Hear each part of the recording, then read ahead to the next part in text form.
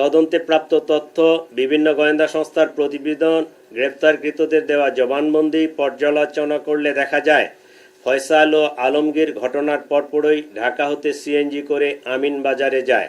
পরবর্তীতে তারা মানিকগঞ্জের কালামপুর যায়। সেখান থেকে পূর্ব পরিকল্পনা অনুযায়ী একটি প্রাইভেট কারে করে ময়মনসিংহের হালুয়াঘাটে পৌঁছে। ঘটনাটি তাদের পূর্ব পরিকল্পিত ছিল। এই জন্য আসামিদেরকে চিহ্নিত করার পূর্বেই তারা সীমান্ত পাড়ি দিতে সক্ষম হয়। হালুয়াঘাটের পূর্বে মুন ফিলিং স্টেশনে জনৈক ফিলিপ এবং সঞ্জয় তাদেরকে গ্রহণ করার জন্য অপেক্ষা করতে থাকে। ফিলিপ তাকে সীমান্ত পার করে ভারতের মেঘালয় রাজ্যে জনৈক পুত্তির নিকট হস্তান্তর করে। পুত্তি এক ট্যাক্সি ড্রাইভার স্বামীর কাছে তাদেরকে হস্তান্তর করে। স্বামী মেঘালয় রাজ্যের তুরা নামক একটি শহর আছে, সেই শহরে তাদেরকে পৌঁছে দেয়। আমরা ইনফরমাল চ্যানেলে মেঘালয় পুলিশের সাথে যোগাযোগ করে যেটি জানতে পেরেছি, তারা ইতোমধ্যে পুত্তি ও স্বামীকে গ্রেফতার করেছে। নোভা এলইডি টিভি, ঝকঝকে ছবি, নিখুঁত শব্দ, 5 বছরের ওয়ারেন্টি। নোভা মানি সঠিক মান, নিশ্চিত সেবা।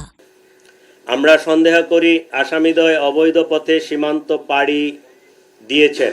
এই ঘটনার সাথে বিভিন্নভাবে জড়িত থাকার কথা স্বীকার করে গ্রেপ্তারকৃতদের মধ্যে 6 জন স্বীকারোক্তিমূলক জবানবন্দি প্রদান করেছেন এবং 4 জন সাক্ষী তারাও 164 ধারায় সাক্ষ্য প্রদান করেছেন।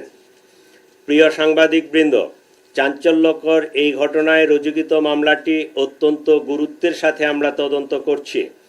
গ্রেপ্তারকৃতদের কাছে পাওয়া তথ্য, সাক্ষীদের জবানবন্দি, উদ্ধারকৃত আলামত পর্যালোচনা ও সার্বিক বিবেচনায় মামলাটির তদন্ত শেষ পর্যায়ে রয়েছে।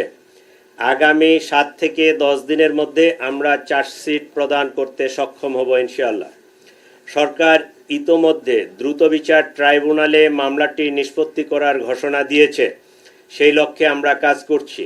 এই জন্য এই জঘন্য ঘটনার ন্যায় বিচার নিশ্চিত করতে রাষ্ট্রের পক্ষ থেকে, আমাদের পক্ষ থেকে সর্বোচ্চ প্রচেষ্টা অব্যাহত রয়েছে।